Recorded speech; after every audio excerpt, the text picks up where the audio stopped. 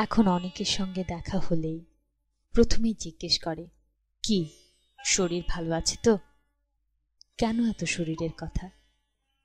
যতই শুভার্থী হোক, তবু তাদের ব্যগ্রতায় ফুটে ওঠে একটি সরল সত্যের আভাস। আমার আয়ু ফুরিয়ে এসেছে, এবার কবে কখন টুক করে কেটে পড়তে হবে ঠিক নেই। প্রকাশ্যে নানা রকম পোশাকেই তো ঢাকা থাকে শরীর, তবু তার সম্পর্কে বিভিন্ন সময় বিভিন্ন কারণে মানুষের কত কৌতূহল। কিন্তু শরীরের কথা তো অন্যদের বলতে নেই, সেটা ঠিক রুচিকর নয়। কেমন আছো এর উত্তর শুধু ভালো, সেটা কি শরীরের না অস্তিত্বের সংবাদ বলা শক্ত। যতই আয়ু বাড়ে ততই মানুষ অনেক কিছু হারায়। মাঝে মাঝে একলা জানালার ধারে দাঁড়িয়ে ভাবি সেই কথা। জীবনের যাত্রা শুরু যাদের সঙ্গে, তাদের অনেকেই আজ কোথায়? বাবা, মা, ছোট মাসি, কৈশোরের নর্মসঙ্গিনীরা, উত্তর জীবনের ঘনিষ্ঠ বন্ধু বান্ধব, যাদের সঙ্গে দেখা না হলে দিনটাই মনে হতো ব্যর্থ। তারা দূরে সরে যেতে যেতে মিলিয়ে যাচ্ছে দিগন্তের ওপারে। কেউ ফেলে গেছে একজোড়া চটি, মানুষটি অদৃশ্য। গৌহাটি থেকে যার চিঠি এসে পৌঁছল সোমবার, সে আগের শুক্রবারে নিঃশ্বাস সব খরচ করে ফেলেছে। অথচ চিঠিতে আগামী দিনকালের কত স্বপ্ন ছিল। শুধু বান্ধবকুল নয়, একদিন এই দেশটাও তো ছেড়ে যেতে হবে। দেশ দেশ বলে কি সত্যিই কিছু আছে? সবটাই তো অলীক। কাঁটাতারের বেড়া আর বন্দুক কোঁচানো পাহারা দেওয়া ভূমির নাম দেশ। আমি যদি দৈবাত জন্ম নিতাম বেলুচিস্তানে, তবে আমি খেলা করতাম পাহাড়ের গুহায়। তাহলে জন্মটাই কি আসল? মানুষের জন্ম তো ক্রোমোজোমের খামখেয়াল। মাতৃগর্ভে আমার কোনো দেশ ছিল না। আমার জনক জননীও দেশের কথা চিন্তা করেননি। শিশুরা নাকি সব স্বর্গ থেকে আসে, কিন্তু স্বর্গ কারোর স্বদেশ হয় না। কৈশোর পেরুতে না পেরুতেই স্বর্গটর্গ মুছে যায়। ঝলসায় বড় বেশি রোদ, চচ্চর করে পুড়তে থাকে চামড়া। সহজ পথগুলো জটিল হয় ক্রমশ। ঈশ্বরও টালমাটাল হয়ে পড়ে চারবাক দর্শনে অথবা মার্ক্সবাদে। নারীরা টান মারে যখন তখন বুকে বেঁধে তীর। এর মধ্যে দেশ কোথায়? জন্তু জানোয়ারেরা অনুভূতি দিয়ে যেমন বোঝে টেরিটরি, তারই নাম কি মানুষের দেশ? ইহজীবনে চোখ দুটো থাকে সদা ব্যস্ত। আঁচলের বাতাস ও অন্যান্য খেলাধুলায় ছড়িয়ে দৃষ্টি চলে যায় ক্ষণে ক্ষণে অনেক দূরে। গোঁফ দাড়ি না গজালে নিসর্গকে ঠিক ঠিক চেনা যায় না। স্বর্ণাভ গোধূলি ও নীল রঙের ভোর, গাছপালার রহস্যময় নীরবতা, ভোমরা আর মৌমাছির মতন কালচে রঙের কুরুপ পতঙ্গেরা, অপরূপ সব বিউটি কন্টেস্টের ফুলগুলিতে ছড়িয়ে যায় প্রেম। আর মাছরাঙার ডানায় কেন এত অপ্রয়োজনীয় রং, এইসব দেখি। আরও দেখি প্রকৃতির অন্য সন্তানদের। ফসল কাটা হয়ে গেছে, এখন খাঁ খাঁ করছে মাঠ। শীতকালে বাঁধের উপর উবু হয়ে বসে থাকা সারি সারি মানুষ। দীর্ঘশ্বাস নয়, তারা মাঝে মাঝেই থুতু ফেলে। হৃদয় হৃদয় নয়, চোখই চিনতে পারে ওদের পরিচয়। সকালে আমি যখন বেগুন ভাজা দিয়ে রুটি ছিঁড়ে ছিঁড়ে খাই, চোখের সামনে ভেসে ওঠে বাঁধের সেই মানুষদের মুখগুলি। ওদের রুটি নেই, বেগুন ভাজাও নেই।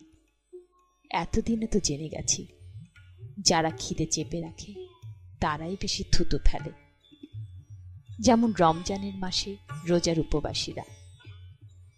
কিন্তু তাতে আমার কি দায়িত্ব? আমার কি আসে যায়? মানুষ তো স্বার্থপর প্রাণী, সারা জীবন ধরেই চলে আত্মরক্ষা। তবু এই যে উতলা হওয়া, এরই নাম কি দেশের টান? ঠিক বিশ্বাস হয় না। এ তো ক্ষণকালের ঝলসানি। একটুখানি অন্যমনস্কতা, তাও চোখেরই কারসাজি। কোনোদিন তো নিজের ভাগের রুটি বাঁধের মানুষদের দিতে যায়নি। তত্ত্ব তৈরি করেছি, চ্যারিটিতে সমস্যার সমাধান হয় না, বরং বেড়ে যায়। তার চেয়ে মাঝে মাঝে মিছিলে পা মেলানো অনেক সহজ। তাতে একই সঙ্গে দেশপ্রেমিক আর বিশ্বপ্রেমিক হওয়া যায়। আমি সব মিছিলেরই মাঝপথের পলাতক, তবু অন্যান্য দৃঢ় প্রতিজ্ঞদের দেখে কিছুটা কৌতূহলী আর অনেকটাই মুগ্ধ হয়েছি। কোনো মিছিল এক সময় ঢুকে পড়েছে জঙ্গলে, কোনো মিছিল সংসদের শীত তাপ নিয়ন্ত্রণে। ওরা দেশকে চিনতে পেরেছে, আমি পারিনি। হ্যাঁ, যেতে তো হবেই। বেশ কাটলো এতগুলো বছর। পরলোককে চুরমার করেছি অনেক আগেই। আত্মার অবিনশ্বরতা এক ছেলে ভুলানো রূপকথা। আত্মা ফাত্তা কিচ্ছু নেই। যেমন মানুষের বুকে থাকে না হৃদয়, একটা টুলু পাম্পকে হৃদয় বলে কত না আদিক্ষেতাই করা হয়েছে বহুকাল ধরে। মাথা সর্বস্ব এই প্রাণী, সেই মাথার একদিকে কঠোর যুক্তিবোধ, অন্যদিকে কি চমৎকার উপভোগ্য অন্ধবিশ্বাস। একদিকে মহাবিশ্ব, অন্যদিকে মন্দির মসজিদ গির্জা। আমি বেদ উপনিষদের বদলে মেনেছি জৈমিনীর মীমাংসা।